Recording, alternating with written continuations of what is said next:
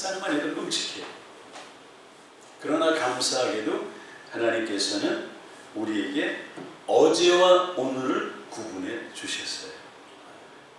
한 주간을 주시고 작년을 주시고 2020년을 주시고 이제 내년을 허락해 주시게 되는 것이죠. 근데 하나님께서 우리에게 왜 시간을 허락해 주시는 것입니까? 이렇게 구분을 해서 그것도 여러 가지 이유가 있을 것입니다.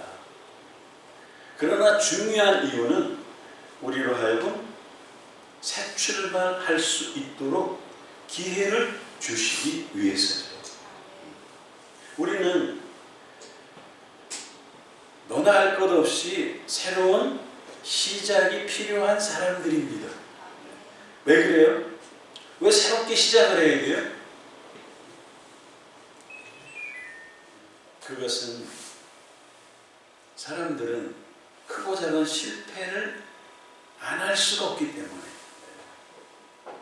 사업에 실패하고 직장 생활에서 실패하고 인간관계에서도 실패할 때가 참 많습니다.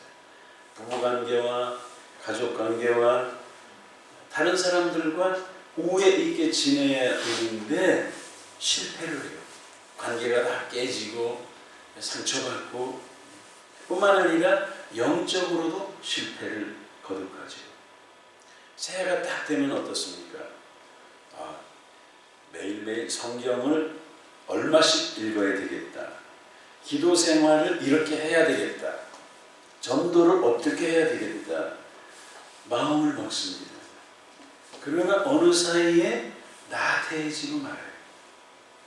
그러다가 어때요? 이렇게 하면 안 되는데 하다가 이제 연말을 맞이해. 그럼 이제 후회 막 심하죠, 정말.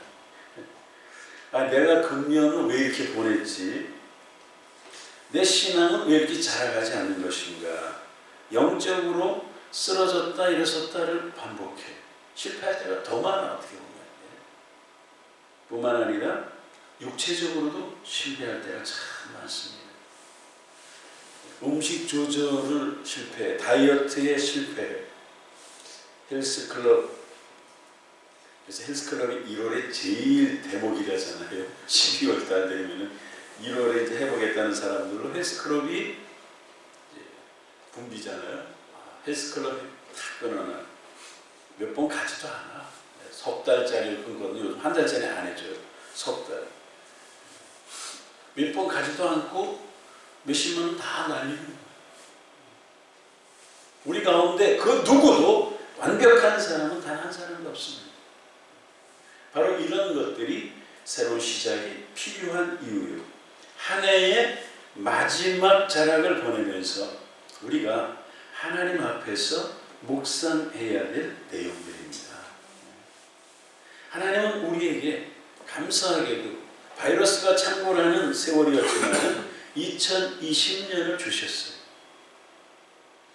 그리고 오늘이 52번째 주일. 52번째 주일을 이렇게 예배할 수 있다는 것은 참 감사한 일입니다. 물론 우리가 8월인가요? 한참 막 그럴 때 2주 우리 가정 예배 드리곤 했지만은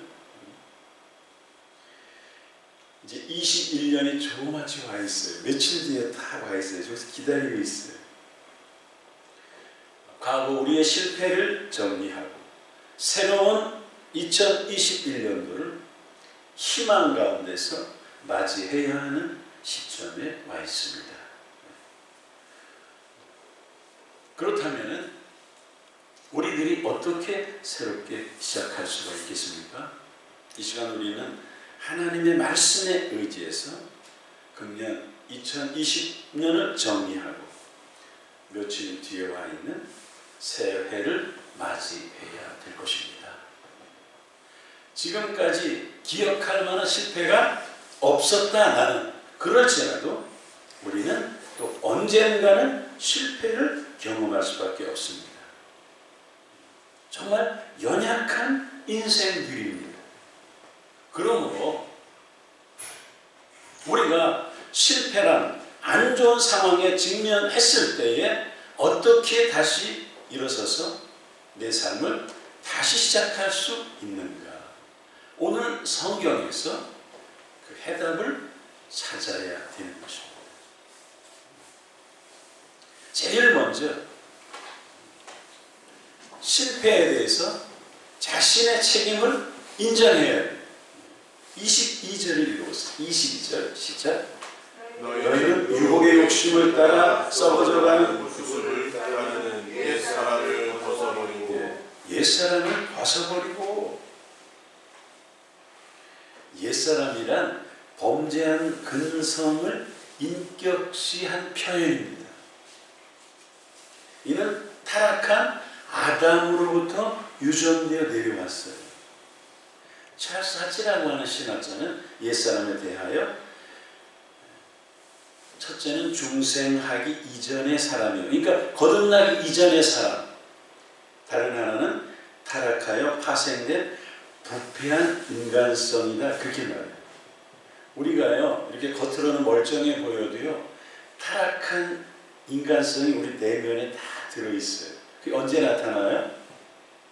아차하는 순간에 그게 나타나가지고 전혀 다른 사람이 되는 거예요.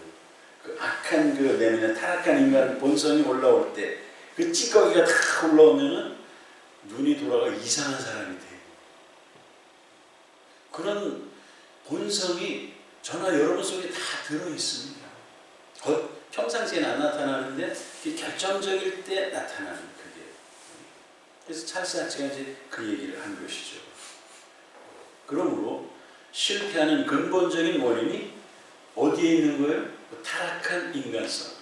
옛날 그 타락한 그 옛사람에 있는 것이죠. 그게 나타날 때 실패하는 거예요. 관계가 다 깨져. 그렇게 한번 그 성질 한번 이상한 성질 부리고 나면 이상해지는 거예요. 인간관계 자체가.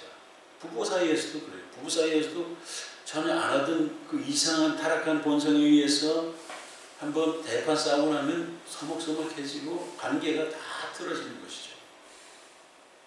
갈라디아서 2장 20절에 내가 그리스도와 함께 십자가에 못 박혔나니 그런즉 이제는 내가 사는 것이 아니요 오직 내 안에 그리스도께서 사는 것이라. 이제 내가 육체 가운데 사는 것은 나를 사랑하사 나를 위하여 자기 자신을 버리신 하나님의 아들을 믿는 믿음 안에서 사는 것이라. 그렇게 말씀하고 있습니다. 우리는 예수님께서 나같이 부족한 사람을 사랑하셔서 저 십자가에 죽으셨다. 그 사랑을 굳게 믿습니다. 나 위하여 십자가에 중한 고통 받으사 대신 죽은 그 사랑을 어찌 찬양 안 할 수가 있을까? 십자가의 사랑에 감격하고 그러기에 이제 육체를 입고 사는 것은 내 자신이 아니에요. 오직 내 안에서 누가 사셔요? 예수 그리스도께서 사시는 것입니다. 그래서 조심해야 돼요. 말 한마디, 행동 하나 잘해야 돼요. 저는 목사로서 제가 31살에 목사 돼서 30여 년 이상, 교육자로는 제가 86년부터 유치부 전도사를 맡아서 이렇게 사역을 해오면서 참 쉬운 게 없습니다. 말 한마디 행동 하나. 교회 가면 교인들이 다 보고 계시고 참 두렵죠. 그런 것들이. 그러나 가장 신경 쓰이는 게 뭐예요? 우리 안에 그리스도께서 살아 계신다는 것이죠. 이게. 내 안에. 성령의 전이라고 우리 몸이. 그래서 몸을 함부로 할 수 없고 우리 속에 성령이 계신다. 내 안에 그리스도께서 사는 것이다. 정말 그래서 코람데오라 옛날 청교도들이 코람데오 하나님 앞에서 사는 것이다. 이것을 많이 강조하고 그렇게 의식하고 살았는지 모르겠습니다만 항상 그래서 늘 조심하죠. 어느 분이 늘 그랬다잖아요. 아, 예수님 이제 가시죠. 자기 속에 예수님 늘 계시니까 그랬대요. 어느 목사님 설교를 할 때마다 예수님 가시죠. 그러면서 항상 그렇게 했다 그런 분이 있는데 참 조심스럽죠. 언어 하나. 제가 요전에 우리 아들하고 어디 가면서 우리 막내하고 어디 가면서 뭐가 약속이 깨졌다 이렇게 했으면 괜찮았을 거예요. 약속이 빠그러졌다는데 제가 그 얘기를 했어요. 아들이 막내가 아빠 어떻게 목사님이 빠그러졌다는 말을 쓰십니까? 막내가 놀랐습니다. 아빠가 그런 세속적인 말을 그건 보통 시장 바닥에 아저씨나 쓰는 말이지 어떻게 목사님이 빠그러졌다 이런 말을 쓰십니까? 제가 속으로 깜짝 놀랐어요. 조심해야 되겠구나. 정제되고 좋은 언어를 써야 되고 왜 그 얘기를 했을까? 왜 빠그러졌다는 말을 왜 했을까? 제가 조심해야 되겠다 이렇게 생각을 했습니다. 그러니까 예수 믿는 사람들은 불신자들이 볼 때 항상 그렇게 봐요. 그래서 교회가 늘 조심해야 돼요. 세상 사람들이 볼 때 덕이 되거나 되지 않거나 하는 것들 하면 안 돼요. 정말 교회답구나. 말하는 거나 교회가 행동하는 것이 정말 교회답구나. 이게 안 되면은 그 다음부터 이제 하나님 얼굴에 먹칠하기 시작하는 것이죠. 예배 아무리 뜨겁게 드리면 뭐해? 사람이 다 욕하는데. 그럼에도 불구하고 자꾸 넘어지는 실패, 타락한 이 인간성, 옛사람의 사로잡힐 때 이제 실패하게. 문제는 내 자신이 실패하는 삶을 살고 있으면서도 인정하지를 않는다는 데 있어요. 저는 제가 젊어서 20대 때부터 사역자의 길을 걸으면서 배우기를 잘못했을 때는 잘못했다고 인정하고 사과를 해야. 그러지 않으면 그 거짓말을 해야 되고 잘못했는데 그걸 자꾸 거짓말을 해 덮을 거 아니에요. 그럼 다 꼬인다. 아무리 영적 지도자라 할지라도 잘못했을 때는 사과를 하고 용서를 빌어라. 그게 하나님 앞에서 사는 것이다. 저는 늘 그렇게 배웠습니다. 그런데 사람들은 자기 자신의 잘못을 인정하려 들지 않습니다. 인정하지 않아요. 실패해놓고도 인정을 안 해요. 요즘도 우리가 정치인들의 그런 행태를 보면서 잘못했는데 인정을 안 해. 끝까지 인정을 안 해. 그래서 우리가 절망하는 거 아니에요. 공직자라고 하는 사람의 이 윤리의식이 저거밖에 안 되는 인사들이 앞에서 왔다 갔다 하는구나. 잘못했으면은 이거 내가 잘못했습니다. 용서를 빌어야 그게 이제 사회가 정상으로 사람들한테 희망을 주는 사회가 되는 거 아니에요?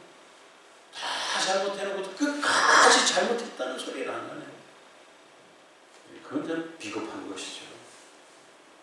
새로운 출발을 하기 위해서는 실패에 대한 자신의 책임을 인정해요. 이건 중요한 일이죠. 주변에서 자신의 잘못을 인정하지 않는 사람들을 많이 보게 되잖아요. 우리가 인정하지 않아. 자꾸 인정해야죠. 잘못했으면 잘못했다. 잘못을 지적하면 뭐라 그래요? 자꾸 정치탄압이다 이렇게. 부부가 문제가 생기면 어떻게 돼요? 항상 책임은 상대방에게 밀어요. 이건 당신 때문에 이게 문제예요. 나는 잘했는데 네가 문제야. 아내는 잘했는데 남편이 문제야. 남편은 잘했는데 아내가 문제라고 자꾸 그래요. 교통사고 나면 어때요? 서로 네가 잘못했다면 멱살잡아야. 이게 인간입니다. 왜 그래요? 타락한 본성 때문에. 아담과 하와를 보세요. 그들이 죄를 짓고 숨어 있을 때 하나님이 찾아오셔요. 아담에게 묻습니다. 그러니까 아담은 저 하와에게 책임을 떠는 게 부인한테. 하와는 누구에게? 뱀에게 책임을 또 떠는 거예요. 그들의 말투를 보세요. 하나님이 하와야 네가 왜 선악과를 따먹었느냐 물으시니까 하나님이 만들어서 이 에덴 동산에 살게 된 뱀의 유혹함으로 결국 하나님 당신이 왜 뱀을 만들어 가지고 뱀만 안 만들었으면 괜찮았을 텐데 하나님께 책임을 다 떠넘기잖아요. 하나님 당신이 잘못됐어. 이후로 인간의 마음속에는 내 잘못을 인정하기보다는 자신의 실패를 다른 사람의 탓으로 돌리는 경향이 타락한 본성이 딱 자리 잡게 된 거예요. 인간 속에. 항상 남의 탓을 해요. 너 때문에 그렇다고.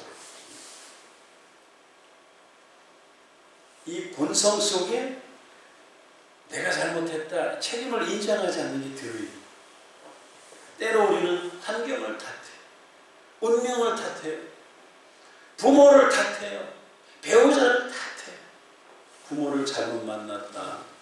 배우자를 잘못 만났다 하면서 자기는 전혀 잘못이 없다. 다 남 탓만 해. 손가락에 하나를 탓해. 목사는 성도를 탓하고 성도는 목사를 탓하고 대단히 비겁하고 상식이 없는 인생입니다. 어떻게 상대방만 잘못이 있습니까? 하지만 그것이 우리 타락한 인간의 습성이에요. 그렇게 생겨 먹었어요.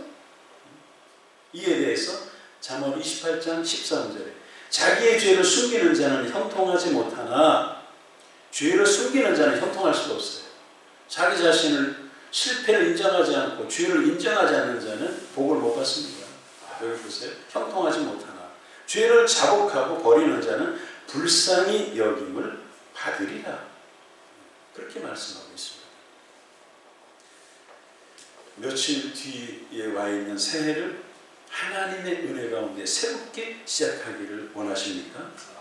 그렇다면 금년 한 해 내가 저지른 많은 실패와 죄악을 인정해야 된다는 말씀입니다. 부부간에 원만하지 못함과 가정의 갈등과 직장의 인간관계의 어려움 등등 이 모든 사회적인 잘못 가운데 내 책임에 대해서 인정해야 돼요. 우리 비판은 잘해요. 다 누구 때문이다. 그럼 나는 잘못이 없습니까? 그 사회의 이론인 나는 잘못이 없어요. 우리 각 개인도 우리 사회에 대해서 잘못이 많은 사람들이에요. 한번 따라해 보세요. 제가 잘못했습니다. 제가 잘못했습니다. 제 탓입니다. 제 탓입니다. 우리 가정 문제 다 제 탓입니다.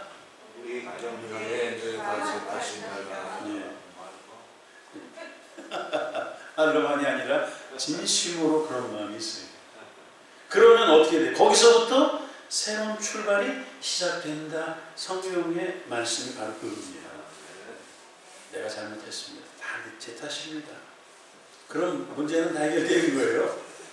해결 안 하고 그 사과를 안 해, 인정을 안 해. 그럼 이게 더 어려워지는 거예요. 2020년을 살아오면서 실패하고 뒤지은 것들이 많이 있을 것입니다. 이 시간 하나님 앞에서 실패에 대한 자신의 책임을 인정해야 됩니다. 인정하십니까? 하나님, 제가 이런 실패를 했습니다. 도덕적으로 영적으로 참 잘못했습니다. 주님, 이 잘못 가운데 제 책임을, 제 죄악을 주님 앞에 내려놓습니다. 제가 참 너무나 잘못을 많이 했습니다. 우리 사회가 이런 상황에 된 것은 지도자들을 잘못 세워서가 아니에요. 하나님을 믿는 우리가 잘못해서 위기가 닥쳐왔습니다. 실패를 인정하는 것은 부끄러운 일이 아닙니다. 이제 새로운 도전을 위한 초석을 놓게 되는 것이죠. 성령께서 이 시간 우리의 실패를 인정할 수 있도록 우리의 심령을 주장해 주시기를 간절히 원합니다. 또 한 가지는 심령으로 새롭게 되어야 된다는 말씀이에요. 23절을 읽어보세요. 시작. 오직 너희의 심령이 새롭게 되어 오직 너희의 심령이 새롭게 되어. 심령이라고 하는 것은 인격의 본질적인 부분이에요. 퍼스널한 부분에 인격의 본질. 사람에게 일어나는 변화는 심령에서부터 시작이 되죠. 심령 깊은 곳에서부터 변화가 일어나는 것이죠. 그걸 뭘로 알 수 있어요? 예수님의 씨 뿌리는 비유를 통해서 확실하게 드러나는 것이죠. 씨 뿌리는 비유. 우리는 이 시간 작년을, 금년을 돌이켜보면서 2020년 후회스러운 것들이 많다는 것을 우리는 자기 자신은 알게 되니까요. 부끄럽죠. 후회, 회개의 차이가 무엇입니까? 후회와 회개. 둘 다 아픔과 슬픔이 있어요. 후회하거나 회개할 때 가슴을 막 쥐어뜯으면서 눈물 흘리죠. 그러나 이 두 단어 사이에는 차이점이 있습니다. 후회는 슬퍼하면서 그 자리에 주저앉아 있어요. 아, 이런 바보. 그때 왜 그랬어? 바보. 그때 이 도장 찍은 게 아닌데 왜 도장을 찍었어? 밤에도 낮에도 그냥 그 자리에 탁 서 있어. 평생 후회만 하다가 끝나는데 그게 후회예요. 평생 후회만 해. 아, 그때 그러지 말았어야 됐는데. 아, 바보. 그래서 그런 노래가 나오는지도 모르겠어요. 있을 때 잘해 후회하지 말고. 그거 누가 불렀어요? 정 집사님이 그 잘하신단 말이에요. 누가 불렀는지 하여튼 있을 때 잘해 후회하지 말고. 두 번째도 있을 때 잘해 후회하지 말고. 그렇죠? 그 다음에 몰라. 그 다음에 뭐예요?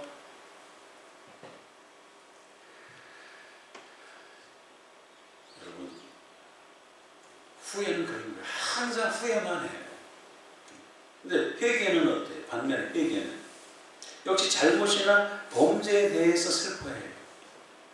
내가 그렇게 말하는 게 아닌데 입이 방정이다.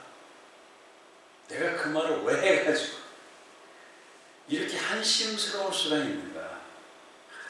아파하면서 또 슬퍼하잖아요.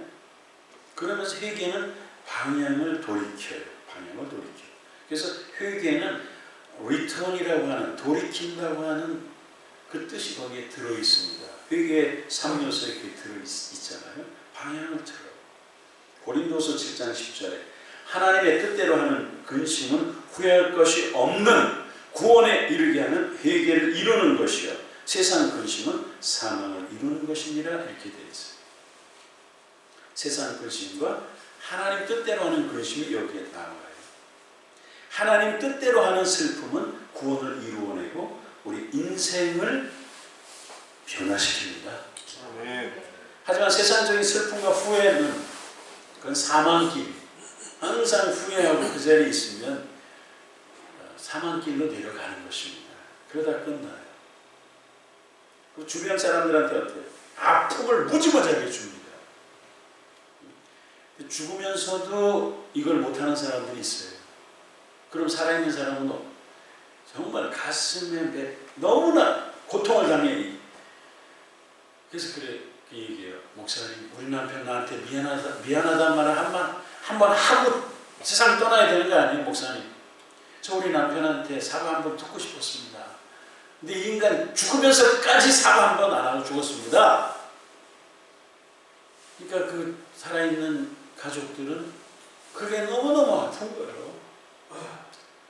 세상 떠나면서까지 나한테 사과 한 번 안 하고 이 인간이 그렇게 죽었다는 거예요.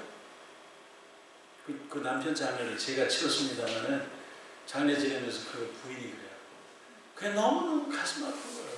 남편한테 사과 한 번 듣고 싶었는데 평생 속만 새긴 남편 장례 지내면서. 그러니까 우리는 잘못했을 때 인정하고 회개하는 것은 굉장히 중요한 것입니다. 이제 그런 걸 잘못하면은 옆에 있는 가족들, 살아있는 가족에게도요, 그런 걸 안 하고 죽으면 큰 아픔이 돼요. 그래서 언제 죽을지 모르기 때문에 우리가 그런 것들을 깨끗이 처리를 하고 살아야 돼요. 잘못된 거 있으면 용서를 빌고 자식에게든 우리 친척 주변에 언제 죽을지 어떻게 알아요? 그래서 그런 걸 항상 잘해놔요. 살다 보면은 어려움을 당해요. 때로 실패를 당해요. 고통을 겪습니다. 하지만 정말 문제가 되는 것은 실패가 아니고 고통이 아니에요. 환난을 당해보면은 가정이 얼마나 소중한가를 깨달아요. 건강에 어려움이 없어. 그러면 어때요? 가족 없이 혼자 힘으로 살아갈 줄 착각하지요. 예? 하지만 고통 당해보면은 배우자가 격려해줘. 자녀들이 위로해줘. 가정이 정말 소중하구나. 건강에 어려움이 없다면 얼마나 좋겠어요. 근데 그런 사람은 없거든요.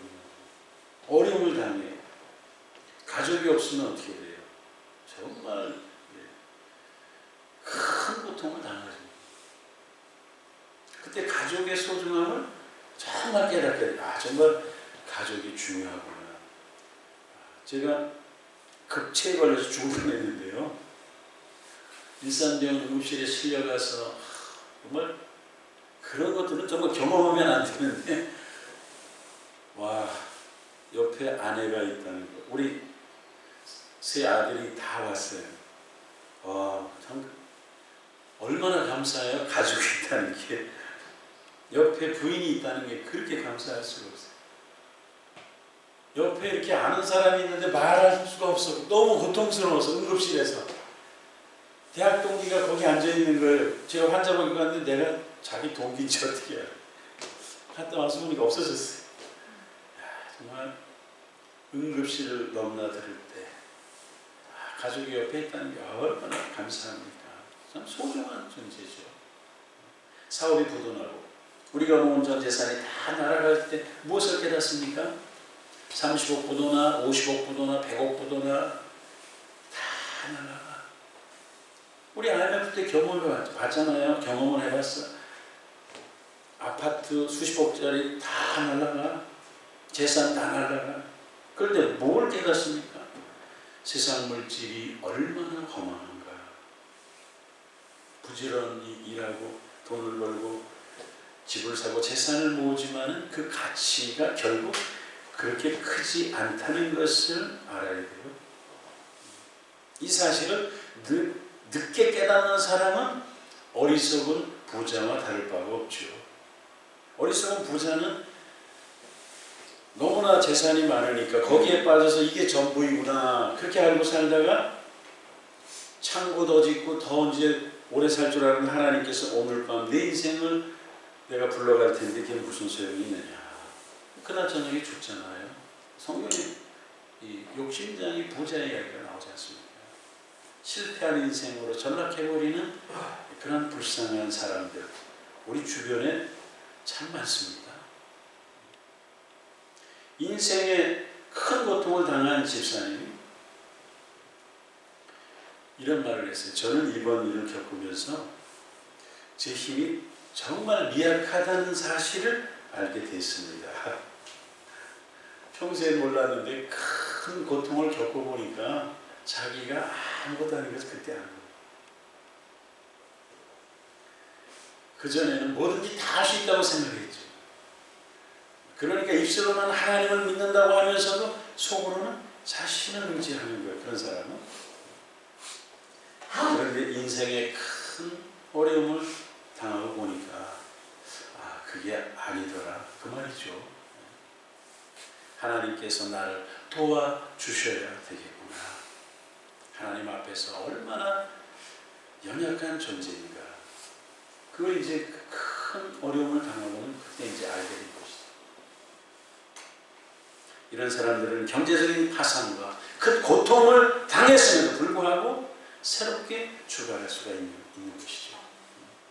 눈에 보이는 것들을 잃어버리고 눈에 보이지 않는 소중한 그런 부분들을 다 얻게 되는 거예요.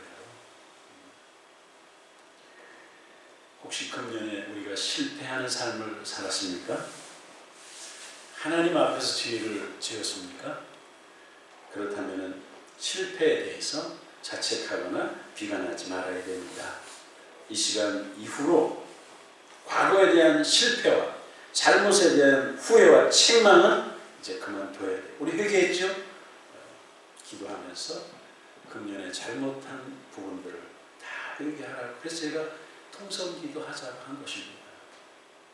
우리는 실패를 경험할 수밖에 없는 연약한 인생들입니다.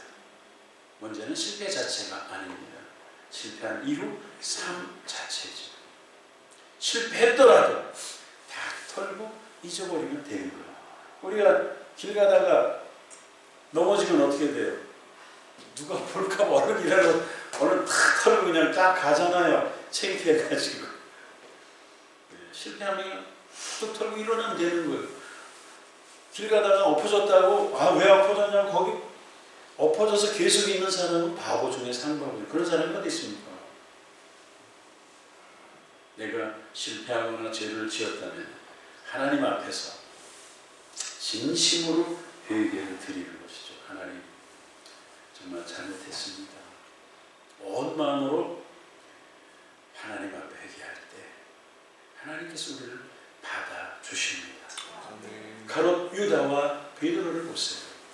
두 사람은 신앙이 열심히 있었어요. 제자였어요. 실수도 또 똑같이 해요. 유다는 은 30에 예수님을 팔아버려요. 베드로는 예수님을 3번씩 저주하면서 부인해. 모른다고.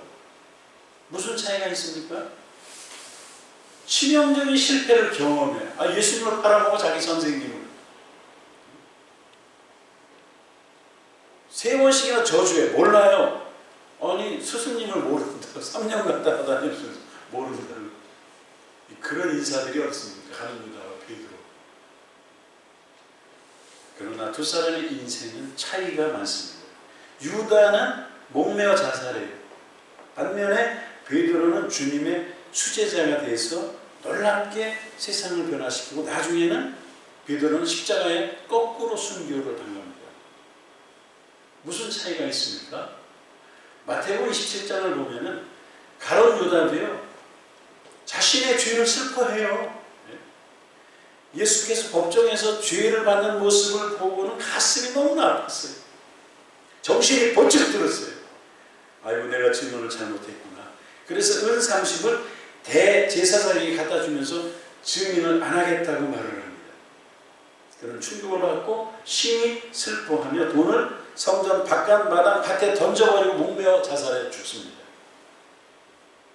반면에 베드로 3번이나 예수님을 부인했어요. 밖에 나가서 예수님의 예언이 생각나서 닭이 올 때 심히 통곡해요. 그래서 베드로 통곡교회가 예루살렘에 있지 않습니까? 제가 그 교회를 가봤는데요. 꼭대기에 닭 모양이 서 있어 십자가가 서 있는 게 아니라 그 교회에는 닭 모양이 다 이렇게 철골로 이렇게 돼 있어요. 가룟 유다도 똑같이 슬퍼하죠. 가룟 유다는 자살해 죽어. 근데 베드로도 통곡을 해. 그러나 베드로는요 그 슬픔에만 머물러 있지 않습니다. 예수님이 부활하셨다는 소식을 듣고는 다른 사람보다 더 빨리 달려가서 예수님을 찾아다녀요. 비록 예수님을 3번이나 부인했지만 철저히 회개해요. 베드로는. 주님, 제가 비록 3번 저주하고 부인했지만 진심으로 회개합니다. 제 인생을 다시 찾기를 원합니다. 저를 용서하여 주시옵소서. 막 회개를 많이 하잖아요. 베드로가. 실패했지만은 다시 시작해야 되겠습니다. 예수님, 저 버리지 말아주세요. 그래서 기도하면서 예수님을 열심히 찾아다녀요. 결국 그는 갈릴리 바닷가에서 예수님을 다시 만났어요. 주님께서 주시는 사명을 해서 평생 살다가 십자가에서 거꾸로 순교의 길을 감으로 유다하고는 전혀 다른 인생이 된 것이죠. 요즘도 믿음 생활하는 많은 사람들이 똑같은 실수를 저지르고 똑같은 잘못을 범하고 있어요. 저나 여러분도 똑같습니다. 신앙생활을 하면서도 누구라도 후회할 수 있어요. 그러나 후회는 우리를 변화시키지는 못해요. 이 시간 지난 이 12달의 실패와 잘못을 잊어버려야 돼요. 후회는 우리에게 아무런 도움을 주지 못해요. 결코 변화를 주지 못합니다. 그렇다면 이제는 후회하지 말고 철저히 회개를 합시다. 회개는 뭘 의미한다고요? 돌아옴, 유턴을 의미한다고 했어요. 주님, 제 삶의 방향을 다시 바꿉니다. 제 마음을 바꿉니다. 가치관을 바꿉니다. 제 언어 습관을 바꿉니다. 나쁜 말 하지 않게 주시고 좋은 말만 하겠습니다. 시간 사용을 바꿉니다. 바꾸겠습니다가 아니라 지금 바꿉니다. 이렇게 결단하는 사람에게 하나님께서 성령으로 역사하시면서 놀라운 새 출발을 하게 되는 것입니다. 오늘 성경이 그 말을 하고 있는 것이죠. 이제 우리는 며칠 후 금년을 보내고 새해를 맞이합니다. 송구영신, 우리가 송구영신 예배 늘 드립니다만 문자 그대로 낡은 것을 버리고 새해와 함께 새 것을 맞이한다는 의미 아니에요. 새해를 맞이하면서 계속해서 낡은 것을 사용하기를 원하지는 않습니다. 새 달력, 새 수첩 그런 것만 바꿀 것이 아니라 신앙적으로 우리가 새롭게 바뀌어야 돼요. 우리가 새해를 닷새 앞두고 지난날 자신의 실패를 인정해야 돼요. 그리고 심령으로 새롭게 되어야 돼요. 이와 같이 함으로써 우리는 은총 가운데서 새해를 맞이하게 될 수 있습니다. 이런 축복이 저와 여러분의 임하기를 예수 그리스도의 이름으로 축복하고 축원합니다. 기도하겠습니다. 하나님 감사합니다. 오늘 주신 이 말씀처럼 잘못된 부분들을 다 회개하며 하나님 앞에 인정하고 우리 심령으로 새롭게 금년을 잘 정리하고 며칠 뒤에 와 있는 새해를 맞이할 수 있도록 하나님이 성령으로 인도하여 주옵소서. 하나님 오늘도 이 자리에 나와주신 오광 씨를 하나님의 품 안에 안아 주옵소서.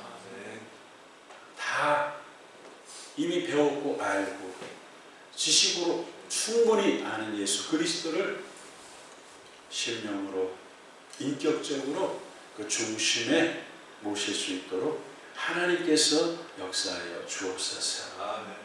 그래서 이미승 권사님과 함께 늘 주일마다 하나님께 자신을 드리며 구원받은 천국의 백성으로 여생을 사실 수 있도록 간섭하여 주시옵소서.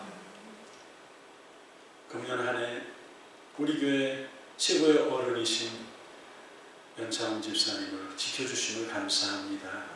늘 저 자리에 앉아서 예배 드리실 때마다 하나님의 위로와 은혜로 그 인생 구석구석 심령 구석구석 풍성케 하여 주시옵소서. 더욱더 강건하게 하여 주옵소서. 예수님의 이름으로 축복하며 기도하옵나이다. 아멘.